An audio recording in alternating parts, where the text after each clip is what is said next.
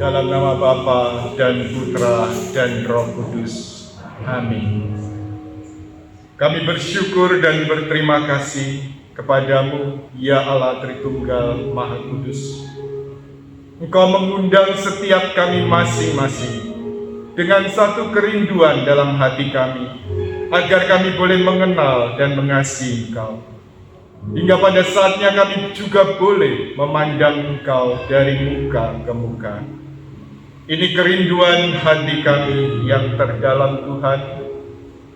Biarlah kami juga boleh mengikuti jalan-jalan yang juga Engkau tunjukkan melalui Bunda Gereja, melalui para kudus-Mu, supaya kami dapat terus berjalan hingga akhirnya kami boleh memandang wajah-Mu, memandang Engkau dari muka ke muka.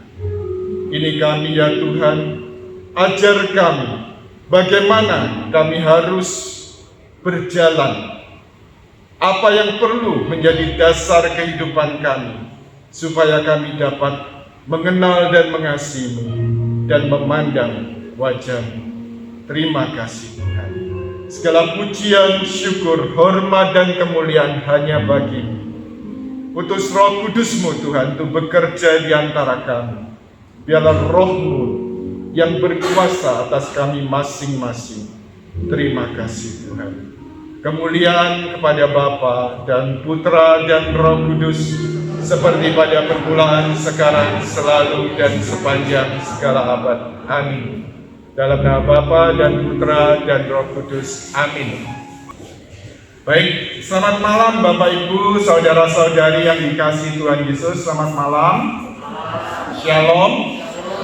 Jadi seperti yang diungkap kalau Anda dikirim WA dari acara persekutuan doa ini dengan tema Aku Ingin Melihat Allah. Ya, jadi aku ingin melihat Allah.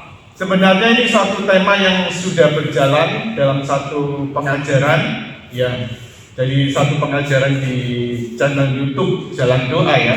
Nah, tetapi kemudian dengan satu latar belakang, ya, aku ingin melihat Allah, ini merupakan satu seruan masa kecil dari seorang kudus, seorang pujangga gereja, yaitu Santa Teresa Avila, ya. Santa Teresa Avila, jadi seorang pujangga gereja. Nah, sedikit saya ceritakan latar belakang, ya, mengapa orang kudus ini ya memang dipakai Tuhan luar biasa dalam gereja kita, ya. Kalau Anda mungkin pernah mendengar Martin Luther, ya, itu satu tokoh dalam skisma gereja Katolik dengan gereja Protestan, ya. Jadi Martin Luther, ya, jadi satu gerakan memang, ya, dalam gereja Katolik ada kelemahan, lebih-lebih dalam situasi saat itu, ya, sehingga kemudian muncul juga satu tokoh Martin Luther yang akhirnya, ya, boleh katakan membawa satu gerakan skisma atau perpecahan yang besar dalam tubuh gereja. Nah, tetapi kemudian di tengah perpecahan itu Tuhan membangkitkan juga tokoh-tokoh dalam gereja Katolik, yaitu sebagai istilahnya kalau pelajaran sejarah, ya, pelajaran sejarah, saya ingat zaman SMA dulu ada pelajaran sejarah, tokoh-tokoh kontra reformasi. Jadi ada reformasi Protestan oleh Martin Luther, tetapi ada tokoh-tokoh dalam gereja Katolik, ya, yang juga dibangkitkan Tuhan, yaitu Santo Ignatius Loyola, tetapi kemudian juga Santa Teresa Avila. Kalau Santo Ignatius Loyola ini menghadapi dengan frontal, maka Santa Teresa Avila lebih dipakai Tuhan untuk pembaharuan gereja ke dalam. Segala kemerosotan, segala kelemahan yang terjadi pada saat itu, Tuhan pakai Santa Teresa Avila bersama, ya, jadi tidak sendirian, bersama Santo Yohanes Salib untuk pembaharuan hidup rohani dalam gereja pada zaman itu, ya. Jadi ibaratnya selalu digambarkan kontra reformasi ini untuk menghadapi reformasi Protestan pada zaman itu. Santo Ignatius Loyola jadi pendiri Yesuit, ya. Kalau Anda kenal Romo-Romo SJ, Serikat Yesus, ini ibarat pada zaman itu seperti otak dari kontra reformasi. Sedangkan Santa Teresa Avila menempati apa? Hati. Jadi hati dari kontra reformasi. Ini satu tokoh dalam gereja, tetapi bagaimana kita lihat ada satu kerinduan besar dalam Santa Teresa Avila sejak masa dia kecil. Kalau kemudian ada ungkapan, aku ingin melihat Allah, I want to see God, ya dalam buku, dalam edisi bahasa Inggris ya. Ya, sebenarnya pengajaran rohani ini diambil dari buku ini ya. Kalau edisi Inggris I want to see God, lalu dalam terjemahan diterjemahkan oleh Pertapaan Santi Buana, jadi Suster Angelica Putri Karmel khususnya, dalam buku Aku Ingin Melihat Allah. Kalau edisi Inggris yang saya pernah lihat memang edisinya tebel ya. Tapi kemudian dalam edisi bahasa Indonesia dipecah menjadi 3 buku. Aku Ingin Melihat Allah 1, 2, dan 3. Aku Ingin Melihat Allah, dan memang penulisnya yaitu Romo atau Pater Mary Eugene OCD. Ini pun sudah ya digelarkan kudus oleh Paus Fransiskus. Jadi menjadi Beato ya. Beato Mary Eugene OCD. Juga penulisnya rupanya juga seorang kudus dalam hal ini ya kalau kita lihat. Oke. Aku ingin melihat Allah. I want to see God. Ini merupakan seruan masa kecil dari Santa Teresa Avila dalam semangatnya ya, semangat kanak-kanak. Dia bisa meyakinkan kakaknya. Jadi bisa meyakinkan kakaknya bahwa kalau ingin melihat Allah, orang harus mati. Waduh. Tapi kalau bunuh diri bukan melihat Allah ya, tapi masuk neraka kan istilahnya ya. Jadi bagaimana supaya bisa cepat mati dan cepat melihat Allah? Pikiran anak-anak. Bayangkan ya, karena suasana iman di Spanyol ya.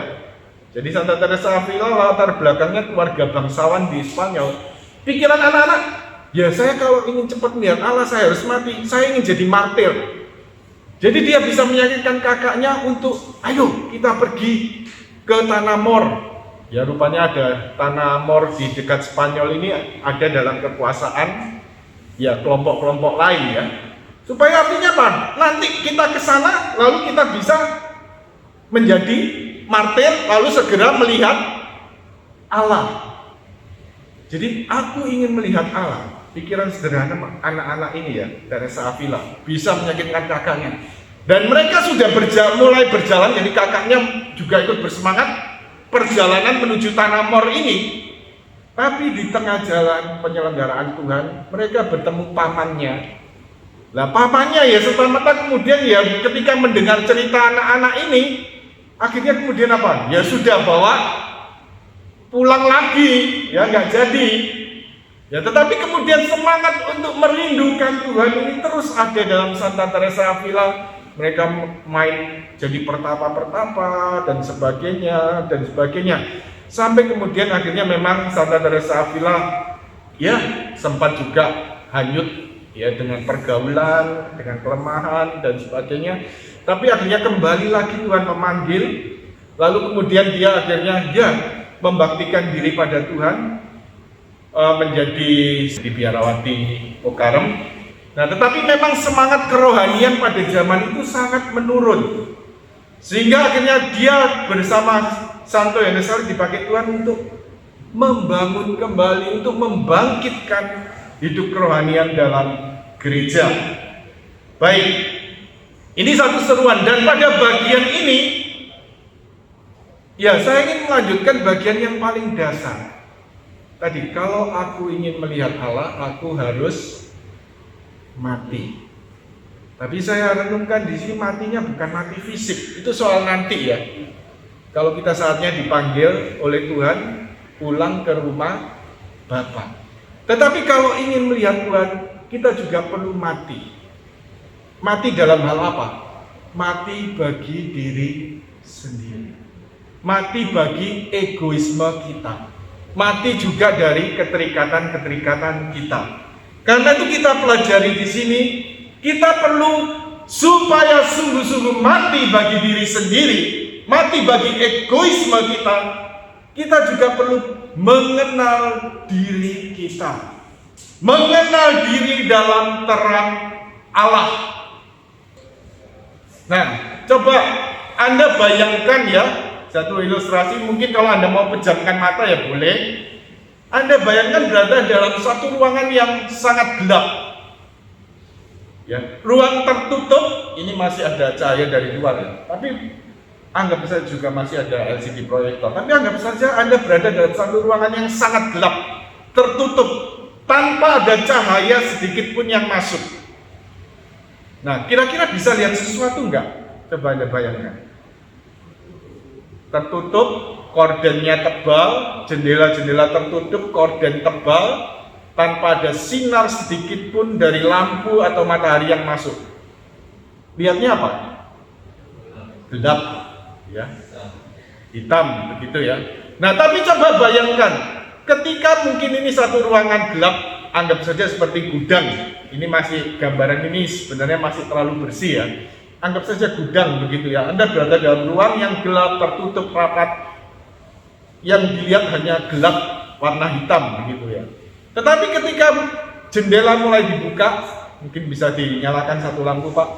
Terima kasih. Ya. Nah, ketika mulai ada terang, kira-kira ruangan itu mulai terlihat apa? Mulai terlihat ya, Anda bayangkan Anda dalam gudang, lalu kemudian terlihat apa?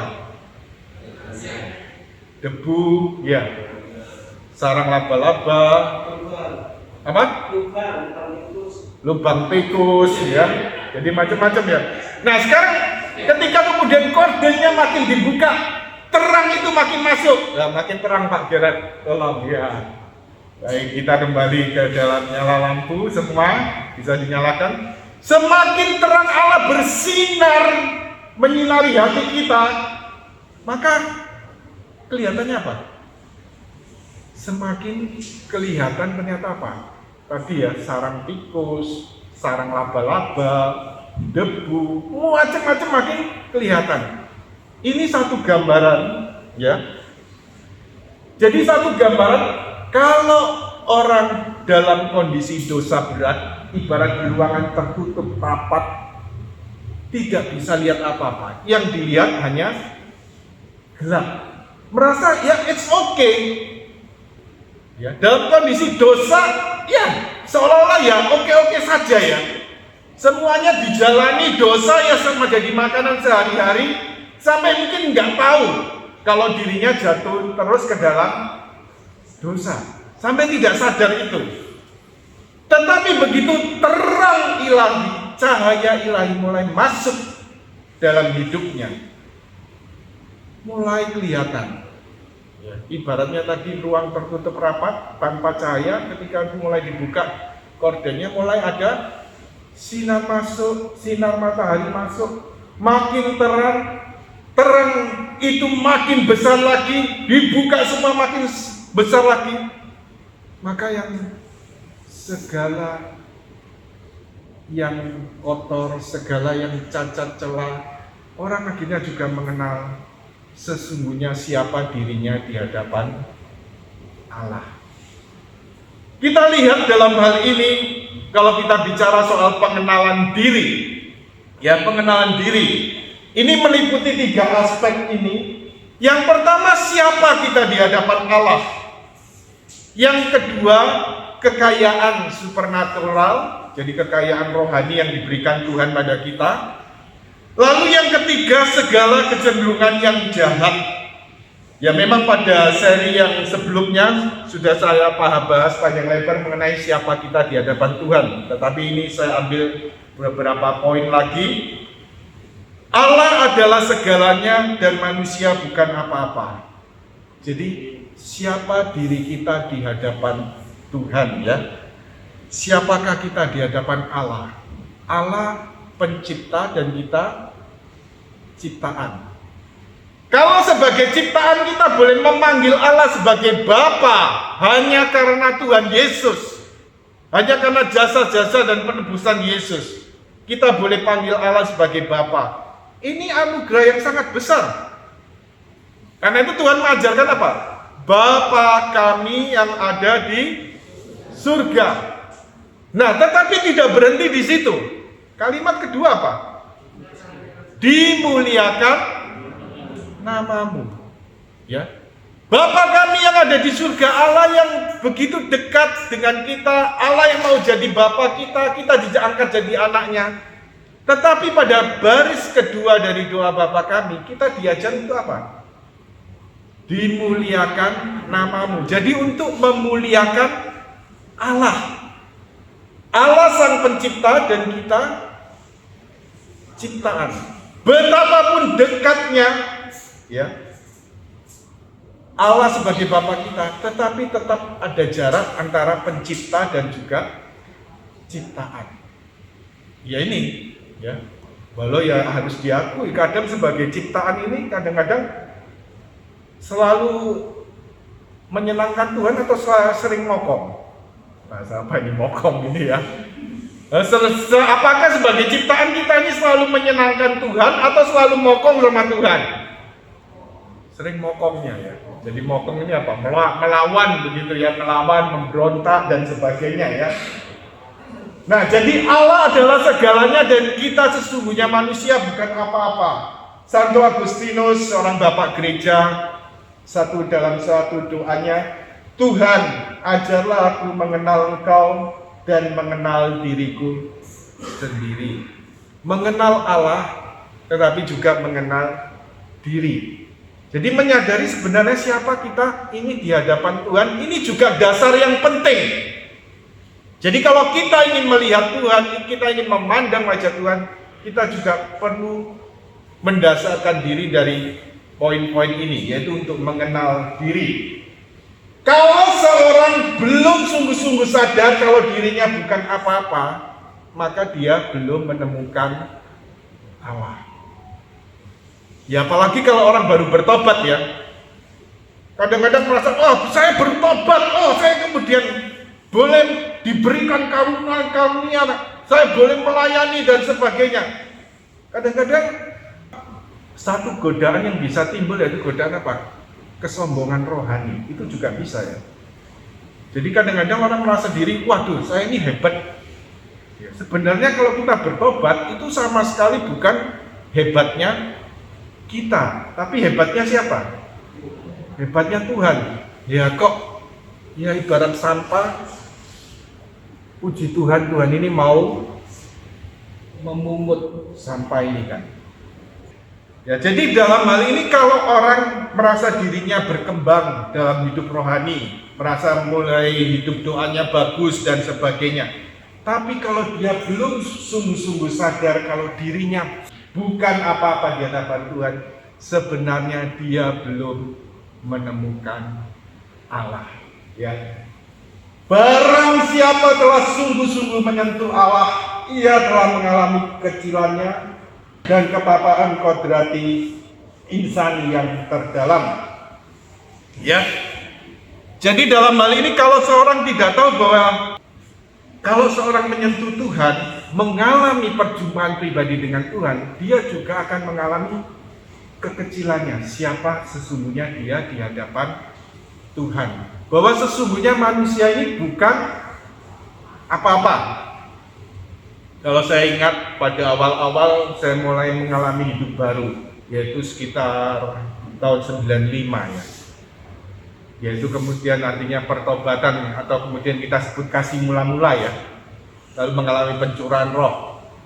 Nah saat itu kemudian ya rupanya ya puji Tuhan ya, Tuhan mulai pakai juga mulai dengan karunia-karunia. Ya kita masuk komunitas, kita ikut PD, lalu di situ karunia-karunia mulai berkembang. Tapi saya akui, ya mau nggak mau pada masa-masa itu rasanya juga apa? Waduh, hebat ya. Boleh dipakai Tuhan untuk artinya apa? Misalnya bernubuat, menyampaikan pesan Tuhan. Lalu kemudian dites dan sebagainya. Oh cocok, oh puji Tuhan. Tapi ya ada rasa apa itu? Bangga, begitu ya, bangga begitu. Tetapi sampai kemudian akhirnya dalam perjalanan waktu juga pengalaman-pengalaman rohani, mungkin dapat penglihatan waktu doa. Lalu kalau doa, waduh, ya bisa ngejer-ngejer begitu ya. mengejar-kejar, pokoknya pengalaman rohani. Jadi doa itu menjadi suatu yang menyenangkan, yang membawa kepuasan begitu ya. Lalu penglihatan, ya macam-macam dan sebagainya. Tapi di sini istilahnya baru permulaan, biasanya juga ya hampir semua orang akan melalui ini. Akan digoda untuk kesombongan rohani. Ya, apalagi kemudian mulai pelayanan. Waduh, pelayanan dan sebagainya. Ya, tapi sampai akhirnya ketika Tuhan mulai bawa masuk dalam kekeringan rohani. Jadi seolah-olah kemudian apa? Segala yang menyenangkan dalam doa tadi mulai ditarik sedikit-sedikit, mulai kemudian sadar. Sebenarnya apa? Mungkin aku datang ke Tuhan, aku senang, aku dapat ini, dapat itu. Karena apa? Aku mendapat sesuatu yang seperti yang aku inginkan, bukan apa yang Tuhan inginkan. Aku juga nggak sungguh-sungguh cari Tuhan dalam doa. Tapi apa? Aku cari hal-hal dalam doa, mungkin juga dalam pelayanan, hal-hal yang hanya menyenangkan diriku. Nah, mulai dari kekeringan itu akhirnya menyadari sebenarnya apa? Kita ini bukan apa-apa. Ya, tapi ini satu proses ya, boleh katakan satu proses terus-menerus yang akan kita lalui. Mengenal Tuhan ini bukan dari apa yang dapat kita rasakan dalam perasaan-perasaan kita, apa yang mungkin menyenangkan. Saya banyak kadang-kadang ya, kalau kita lihat lagu-lagu, kadang-kadang kita belajar lagu. Sekarang kan banyak ya, sejak masa Covid ini, ya orientasi kita kadang-kadang cari lagu kan mungkin lihat di YouTube dan sebagainya. Kalau kita lihat, waduh, kebangunan penggawean rohani atau kemudian ya kebaktian atau yang lain-lain, pokoknya macam-macam. Saya lihat bahkan yang di-shoot bukan hanya penyanyinya, tapi juga apa? Orang-orang yang umatnya kan juga di-shoot biasanya. Saya lihat banyak, waduh, menyanyi, waduh dengan antusias, kadang nangis dan sebagainya. Tetapi satu hal yang perlu kita ingat, mengenal Tuhan tidak terbatas dari apa yang kita dapat rasakan. Kita mungkin pikir, waduh, aku datang ke PD, kalau PD itu menyenangkan. Mungkin ada pikiran-pikiran seperti itu ya. Atau mungkin pembicaranya menarik, PD itu menyenangkan dan sebagainya. Tetapi harus kita berani berubah dalam mindset kita, berubah dalam cara pandang dan cara pikir kita, mindset kita.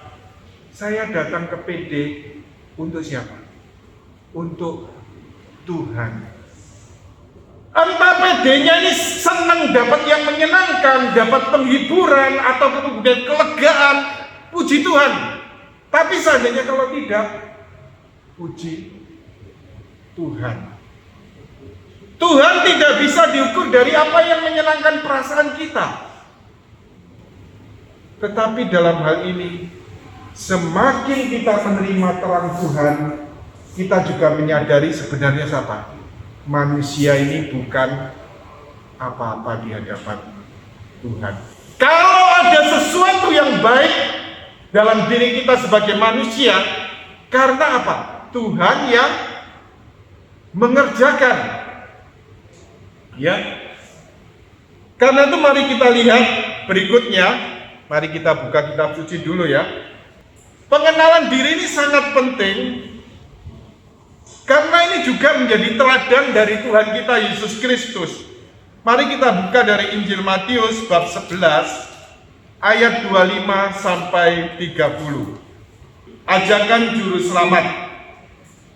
Pada waktu itu berkatalah Yesus, aku bersyukur kepadamu Bapa Tuhan langit dan bumi, karena semuanya itu Engkau sembunyikan bagi orang bijak dan orang pandai, tetapi Engkau nyatakan kepada orang kecil.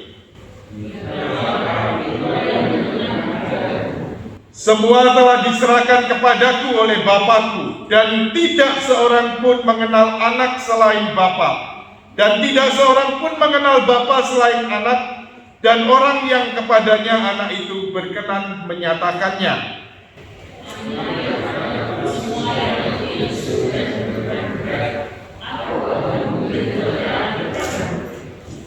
Pikulah kuk yang kupasang dan belajarlah padaku, karena aku lemah lembut dan rendah hati, dan jiwamu akan mendapat ketenangan.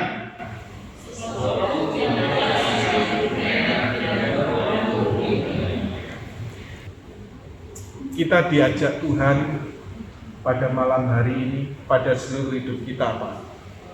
Belajarlah padaku, karena aku lemah lembut dan rendah hati. Seorang kudus yaitu Santo Fransiskus dari Sales mengungkapkan kelemah lembutan dan kerendahan hati ini merupakan dua sifat utama dari Tuhan kita Yesus Kristus. Dia yang sungguh-sungguh Allah, sungguh-sungguh manusia. Dia yang sungguh-sungguh Allah mau merendahkan diri sehabis-habisnya dalam rupa manusia. Bahkan tidak cukup itu, lahir di Bethlehem sebagai bayi miskin, lalu kemudian wafat di kayu salib sebagai yang tersalib, lalu bahkan terus merendahkan diri, mau menjadikan dirinya sebagai makanan rohani bagi kita di atas altar, yaitu dalam Ekaristi. Nah, Tuhan mengajak kita belajar terus padanya. Belajarlah padaku, karena aku lemah lembut dan rendah hati. Dan ini yang mau kita terus belajar di sekolah Kristus. Kalau Anda mau masuk sekolah, ya ini gurunya adalah Yesus. Kita terus belajar apa? Belajarlah padaku, karena aku lemah lembut dan rendah hati. Jadi dengan pengenalan diri, atau kemudian ya memang sangat erat ya, pengenalan diri secara rohani ini sangat erat dengan kerendahan hati. Ya, Allah adalah segalanya dan manusia bukan apa-apa. Satu kesadaran ini akan terus, semakin orang dibawa masuk dalam hubungan dengan Tuhan, semakin dalam hubungannya dengan Tuhan, dia juga akan semakin menyadari ini. Sehingga para kudus ya, kita lihat ya, bahkan kalau mau dibandingkan, maka sebenarnya yang paling rendah hati yaitu siapa? Tuhan Yesus, karena dia dalam rupa Allah seperti dikatakan Santo Paulus, tetapi telah mengambil wujud seorang hamba, bahkan terus merendahkan diri sampai wafat di kayu salib. Nah, lalu kemudian juga Bunda Maria, ya karena mereka yang tidak mengenal dosa, lahir tanpa noda dosa asal. Ya artinya apa? Di dalam terang Allah, ketika menerima kepenuhan cahaya Allah, demikian juga para kudus juga akan semakin mengenal siapa dirinya di hadapan Tuhan. Ya demikian juga dengan yang kita pelajari yaitu dari Santa Teresa Avila. Dia artinya apa ya? Walaupun di bawah Tuhan dalam pengalaman ya persatuan dengan Tuhan, dalam pengalaman doa yang sangat mendalam, yaitu dalam pernikahan rohani, tetapi dia juga semakin, ketika dibawa semakin dalam ini, dia juga semakin sadar. Lebih-lebih dalam riwayat hidupnya dikatakan bahwa akhirnya dia juga dibawa satu pengalaman vision tentang neraka. Ya. Dan sekarang banyak tren juga ya, ada kelompok-kelompok tertentu ya, mungkin hamba-hamba Tuhan tertentu yang juga mengalami dibawa ke neraka. Tapi kalau yang dialami Teresa Avila, Santa Teresa Avila, ini sudah benar-benar teruji keotentikannya. Ya, karena bayangkan segala pengalaman pada zaman itu juga harus menghadapi satu badan gereja yang disebut inkuisisi. Buku riwayat hidup sebenarnya bukan hanya berisi riwayat hidup, tetapi juga berisi pengajaran dan bimbingan tentang doa. Itu sudah cukup lama berada dalam tangan pihak inkuisisi ini. Ya boleh katakan sangat benar-benar, ya kalau boleh katakan badan sensornya sangat ketat kalau mau dibandingkan gitu ya, sensornya sangat ketat ya. Ya tetapi memang kemudian ya memang akhirnya ya boleh katakan sampai kalau digelarkan kudus, pujangga gereja, berarti itu sudah teruji. Jadi ketika mengalami vision tentang neraka, akhirnya Santa Teresa Avila juga semakin sadar bahwa manusia ini bukan apa-apa. Dia ungkapkan, lebih baik aku mati 1000 kali daripada berbuat dosa. Karena akibat dosa yang begitu dahsyat yang menimpa manusia, yaitu apa? Neraka. Ya. Tetapi kemudian kalau kita bicara tentang pengenalan diri secara rohani, tidak cukup hanya menyadari siapa Allah, siapa aku. Allah sebagai pencipta dan kita ciptaan. Ya, kita yang bukan apa-apa sesungguhnya di hadapan Allah. Kita juga perlu menyadari kekayaan supernatural, kekayaan rahmat di hadapan Tuhan. Ya. Jadi tidak hanya pengenalan diri ini membuat kita sadar akan ketiadaan kita di hadapan Tuhan, tetapi dalam hal ini juga pengenalan diri ini akan membawa satu kontras. Manusia sebagai ciptaan, Allah sebagai pencipta, yang sesungguhnya tidak berarti di hadapan Tuhan, begitu seringnya juga memberontak dan jatuh dalam dosa-dosa kita, tetapi diberi kemampuan oleh Allah untuk melakukan karya-karya ilahi. Dalam hal ini untuk apa? Mengenal Allah, untuk mengasihi Allah. Ya. Bahkan dipanggil sesuai dengan firman Tuhan sendiri. Kalau Yesus mengatakan ini, haruslah kamu sempurna seperti Bapa di surga adalah sempurna. Anda percaya pada Yesus? Anda percaya bahwa Yesus Tuhan? Anda percaya kata-kata Tuhan ini? Anda mau mengikuti kata-kata Tuhan ini? Haruslah kamu sempurna sama seperti Bapamu di surga adalah sempurna. Dari Injil Matius bab 5 ayat 48. Firman Tuhan ini yang mengharuskan kita untuk sempurna seperti Bapa di surga sempurna. Untuk siapa? Untuk siapa? Apa hanya untuk para imam, biarawan, biarawati? Apakah hanya untuk kelompok berjubah? Tidak, ya. Ditegaskan juga oleh Paus kita, Paus Fransiskus dalam dokumen Gaudete et Exsultate, ya. Jadi artinya apa? Untuk menjadi kudus tidak harus menjadi imam, biarawan, biarawati, tetapi kita semua, apapun status hidup kita sebagai kaum awam, juga kita dipanggil menjadi kudus. Nah, kita juga perlu menyadari kekayaan rohani yang diberikan. Ya, saya sebut tadi kekayaan supernatural ya dalam bahannya. Tetapi kalau kita mau lihat kekayaan rohani yang diberikan oleh Tuhan, sebenarnya latar belakang dari seluruh pengajaran ini yaitu Santa Teresa Avila ketika buku riwayat hidupnya itu cukup lama ditahan pihak Inkuisisi, ya. Lalu kemudian dia oleh bapak pengakuannya, oleh pemimpinnya ditugaskan untuk menulis buku doa. Pertama ada rasa segan, kan sudah nulis buku tentang doa ini sudah kan. Nah, tetapi karena ya sudah juga dia mengalami sakit secara fisik, kepalanya sakit dan sebagainya, lalu mau nulis apa lagi ya? Tapi demi ketaatan suci, ketaatan pada kehendak Tuhan melalui pimpinan-pimpinannya, dia taat, dia bawa dalam doa, dan Tuhan memberikan satu inspirasi, yaitu apa? Satu vision, satu penglihatan, yaitu tentang apa? Jiwa manusia dalam keadaan rahmat. Jiwa manusia setelah menerima sakramen baptis, ya. Di mana gambarannya seperti sebuah istana yang kristal, istana berlian yang sangat indah. Karena latar belakangnya adalah keluarga bangsawan, ya. Jadi dia benar biasa Tuhan masuk istana, ya. Tapi ini melihat satu istana yang begitu indahnya. Dan itu adalah keindahan jiwa kita masing-masing. Tetapi kita menjadi indah dia dalam hal ini bukan karena kita, Karena apa?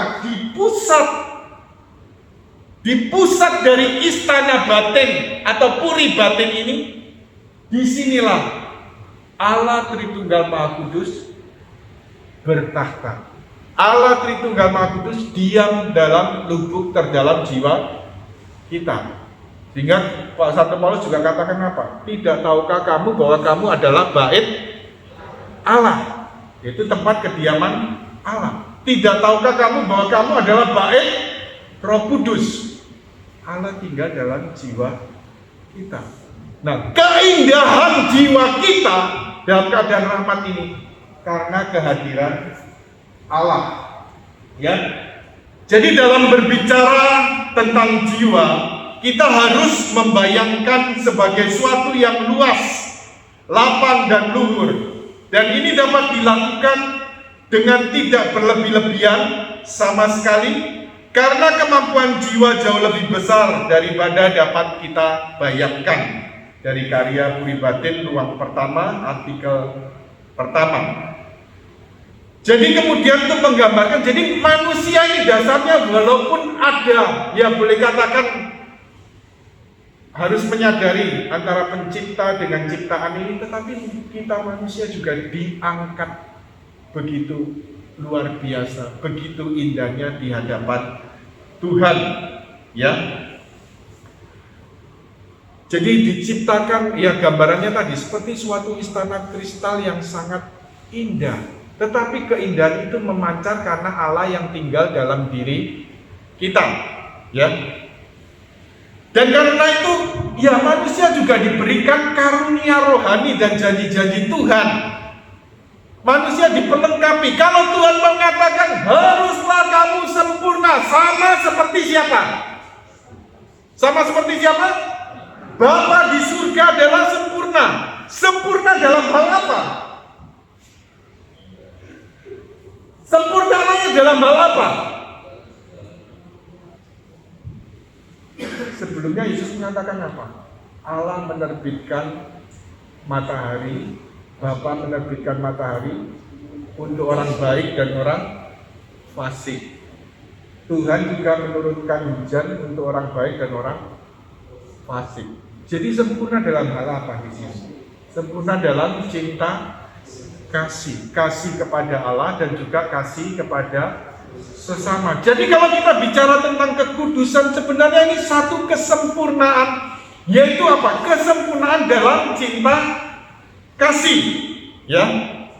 Lalu kemudian pengenalan diri yang ketiga, kita lihat bagian pengenalan diri, yaitu ya dalam diri manusia. Ya, kita kembali lagi ya. Kita harus tahu, sadar jurang antara pencipta dan juga ciptaan. Kita juga perlu menyadari karunia-karunia rohani yang Tuhan berikan pada kita. Tetapi kita juga perlu sadar, sejak manusia pertama jatuh dalam dosa, maka kejatuhan dalam dosa manusia pertama ini menimpa juga kodrat manusia. Ya. Jadi jatuhnya Adam dan Hawa ini juga artinya apa? Seluruh, bukan hanya atas pribadi mereka, tapi atas seluruh kodrat manusia.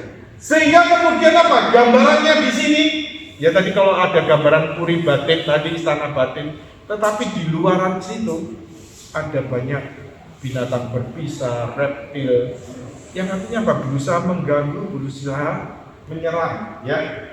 Tetapi ini melambangkan apa? Sebenarnya seluruh, boleh katakan segala kecenderungan dosa dalam diri kita. Ya secara ringkas saja saya katakan, kalau ikuti ini panjang ya. Bahwa ya dengan pembaptisan dosa-dosa kita diampuni, dihapus. Tetapi ada akibat dosa yang tidak hilang seluruhnya. Ya walaupun kita dibaptis, yaitu apa? Penderitaan, sakit penyakit, kematian, lalu kemudian apa? Kecenderungan pada dosa, yaitu apa yang disebut kemudian konkupiscensia. Anda bisa belajar dari Katekismus Gereja Katolik 1264. Jadi ibaratnya, gambarannya sederhana ya. Ibaratnya ketika kita dibaptis, rumputnya dibabat, Ya, rumputnya dibabat kan rumputnya bersih ya. Tapi ternyata apa? Akarnya masih ada. Nah, kalau akarnya masih ada, masih bisa tumbuh lagi enggak? Bisa. Nah, karena itu kita harus apa? Kita mengalami perjuangan rohani, kita juga harus bertobat terus menerus. Karena itu perlu juga artinya apa? Ini satu rahmat besar dalam gereja Katolik, yaitu apa? Sakramen pengakuan dosa. Ya, ini satu anugerah Tuhan loh. Ya, saya ingat masa-masa sebelum COVID mungkin ya, karena saya juga ada dalam satu komunitas yang juga ada kewajiban untuk mengaku dosa teratur ya di luar Prapaskah dan Advent. Ya. Tetapi masa setelah COVID kan sulit.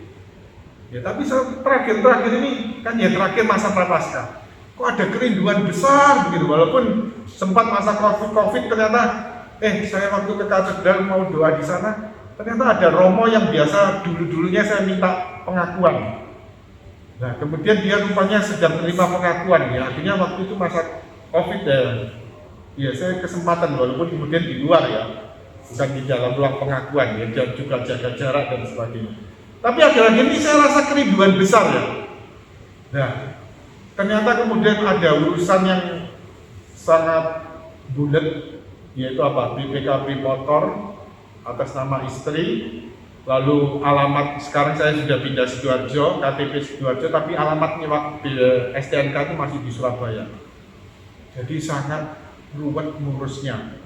Jadi akhirnya saya dalam hari-hari itu harus bolak-balik urusan RT, RW, kelurahan, lalu samsat dan sebagainya. Nah, pas kemudian urusan saya ingat, oh iya, kan di Puspita sana, di belakangnya Galaxy Pau, itu ada rumah adorasi. Nah, ini hari Selasa, ada pengakuan, ada misa. Biasanya sebelum misa bisa minta promo untuk pengakuan. Ya puji Tuhan, ya. Jadi waktu itu setelah urusan samsat selesai, saya ke sana, yang mendekati lalu kemudian ya adorasi, lalu setelah itu ya sudah misa. Dan romo ini kok gak datang-datang ya. Waduh, kalau sampai sesudah misa kok rasanya lama banget ini, saya masih harus segera lanjutkan kerja dan sebagainya. Tapi puji Tuhan, ternyata 5 menit sebelum misa itu kan masih, waktu itu kan bacaan intensi arwah ya, intensi misa arwah. Jadi masih bulan November ini banyak intensi misa arwah kan, cukup panjang. 5 menit sebelum misa ternyata masih ada orang minta pengakuan. Tiba-tiba, saya gini, saya puji Tuhan maju. Ya puji Tuhan, boleh menerima sakramen itu. Ya. Nanti kemudian kan sebentar lagi Advent ya. Ya. Tetapi betapa pentingnya artinya apa sakramen pengakuan ini. Karena apa? Kita juga menyadari dalam pengenalan diri secara rohani bahwa sebagai manusia kita juga punya kecenderungan-kecenderungan yang jahat. Gambaran sederhana yang diberikan oleh Santo Yohanes Salib, ya saya sederhanakan ya. Mari kita baca dari apa yang diungkapkan Santo Yohanes Salib, yaitu berkaitan segala keterikatan kita akan dosa. Mari kita baca, ini dikutip dari karyanya Mendaki Gunung Karmel, buku pertama, bab 11 artikel pertama. Mari kita baca bersama-sama. Akan sama saja seandainya seekor burung diikat dengan tali yang halus atau yang kuat. Meskipun talinya halus, burung itu sama terikatnya, sebagaimana diikat dengan tali yang kuat. Karena selama talinya tidak diputuskan, burung itu tetap tidak dapat terbang.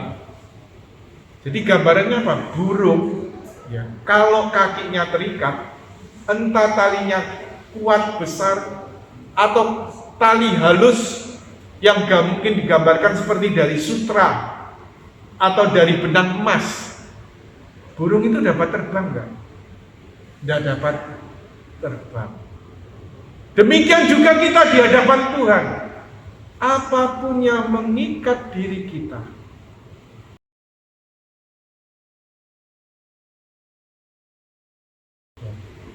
mungkin kita bisa refleksi ya, bisa memeriksa badan. Kira-kira apa sih yang paling mengikat aku?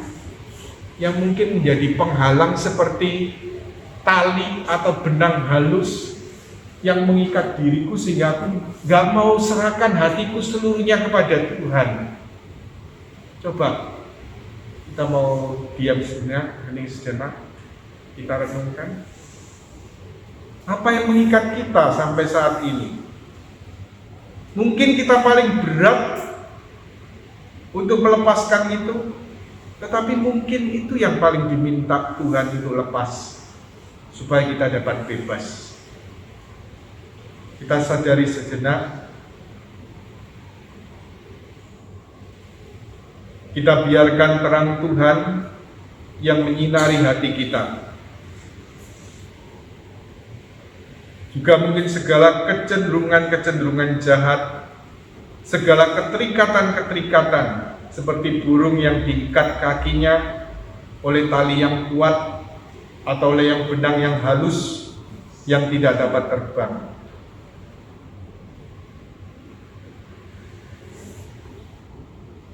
Mari kita bawa keterikatan itu pada Tuhan. Kita mau serahkan semua itu pada Tuhan. Kita mohon pada Tuhan supaya juga melepaskan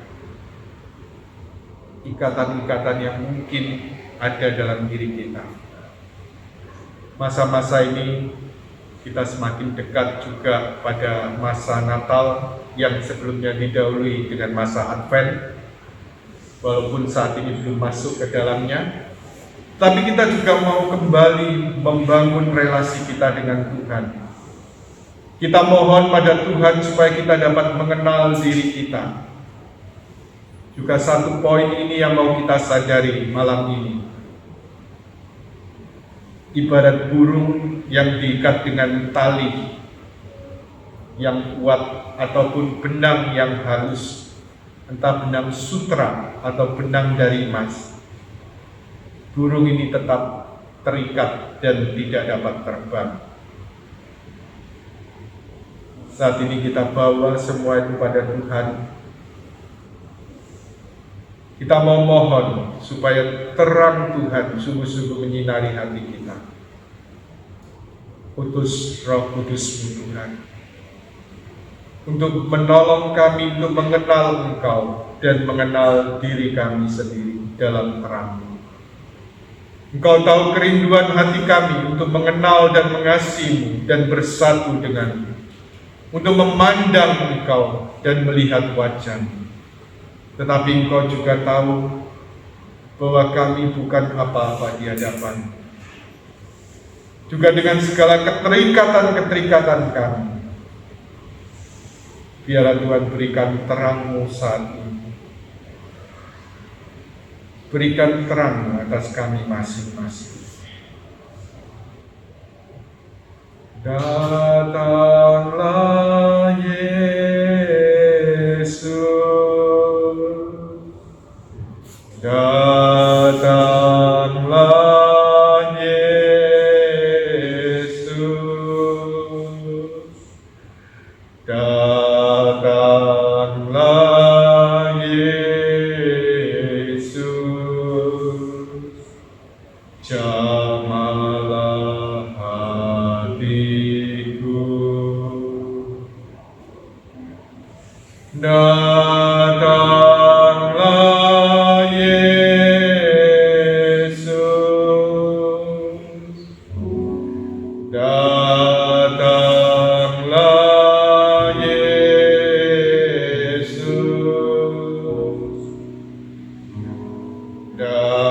datanglah Yesus,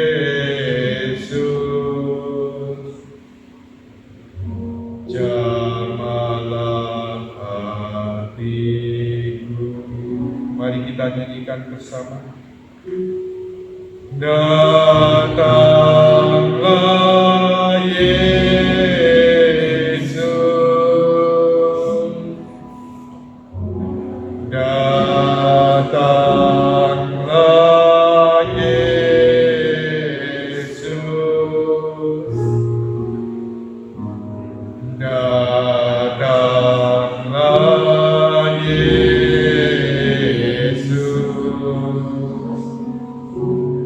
Jamaah hatiku, datanglah Yesus, datanglah Yesus,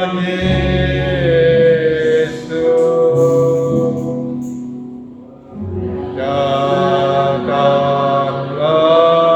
Yesus, datanglah Yesus, jamaah hatiku. Iranamaya ralaya shikyaralaya,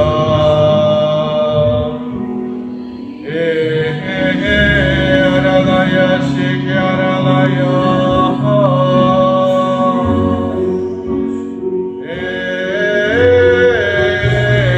ralaya shikyaralaya,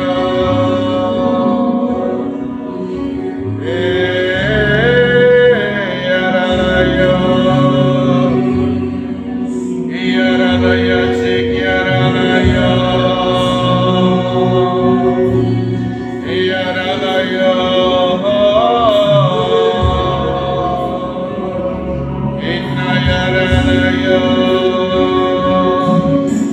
Inna Yaralaya Sikyaralaya,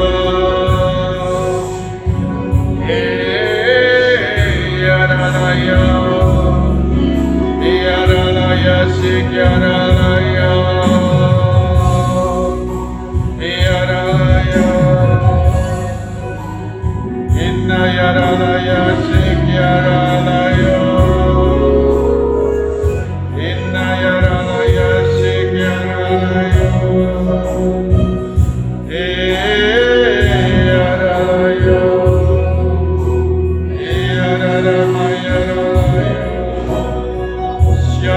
Yaralaya Sikyaralaya, Sharanamaya.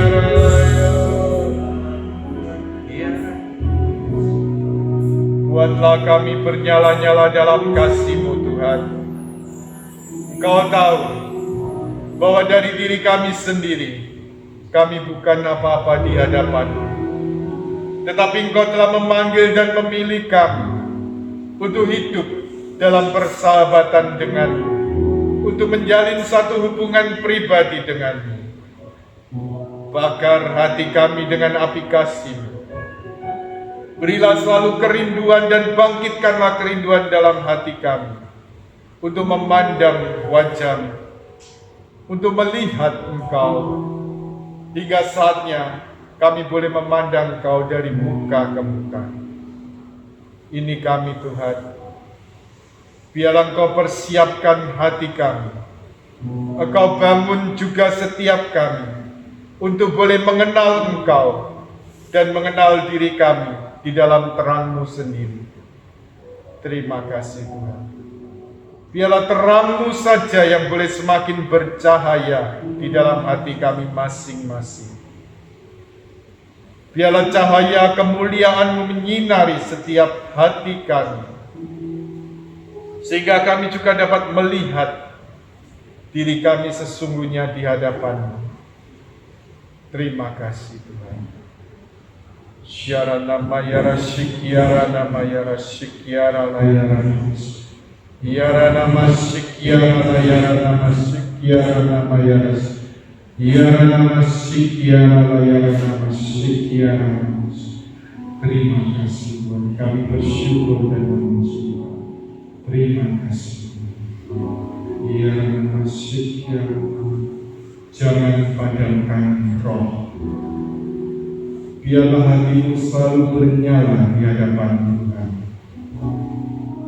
Ada beberapa orang diminta untuk selalu kembali dan kembali pada Tuhan, untuk membaharui relasinya dengan Tuhan.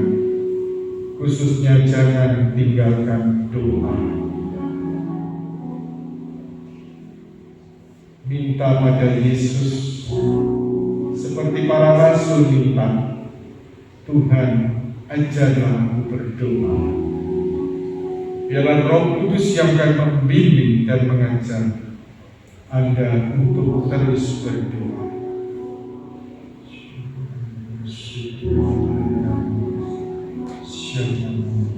Terima kasih.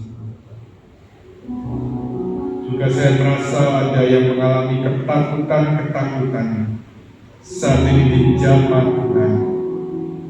Tuhan mengangkat semua ketakutan dalam hatimu itu. Bersandarlah hanya kepada Tuhan. Andalkan Tuhan dalam segala sesuatu. Terima kasih. Terima kasih. Engkau kami puji, Engkau kami muliakan. Terima kasih.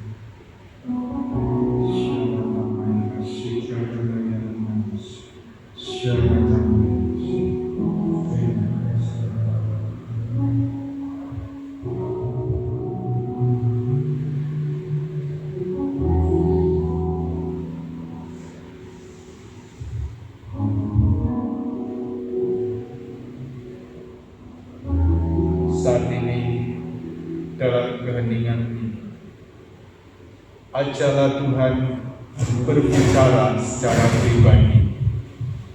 Katakan kepada Tuhan apa yang hendak Anda katakan. Ceritakan segala isi hatimu.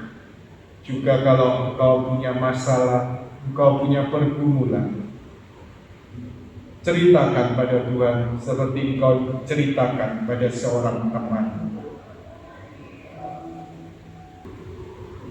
Ajak dia berbicara seperti engkau berbicara dengan seorang sahabat. Sahabat yang mengasihi, sahabat yang mau peduli denganmu. Terima kasih ya Tuhan untuk waktu yang Kau berikan pada kami. Biarlah dalam waktu-waktu ini kami mohon Kau memberikan terang-Mu di dalam hati kami masing-masing, supaya oleh terang-Mu itu kami juga semakin mengenal Engkau dan mengenal diri kami sendiri dalam terang-Mu. Engkau hadir selalu dalam kehidupan kami Tuhan. Terima kasih dan Engkau tidak pernah meninggalkan kami. Biarlah dalam kelemahan kerapuan, bahkan ketika kami merasa ketidakberdayaan kami, bahkan kami juga semakin menyadari kami ini bukan apa-apa di hadapan.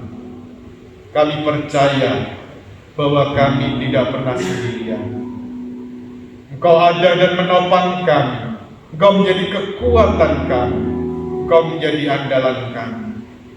Terima kasih Tuhan. Terima kasih. Segala kemuliaan, segala pujian dan syukur hanya bagi kemuliaan kepada Bapa dan Putra dan Roh Kudus, seperti pada permulaan, sekarang, selalu dan sepanjang segala abad. Amin.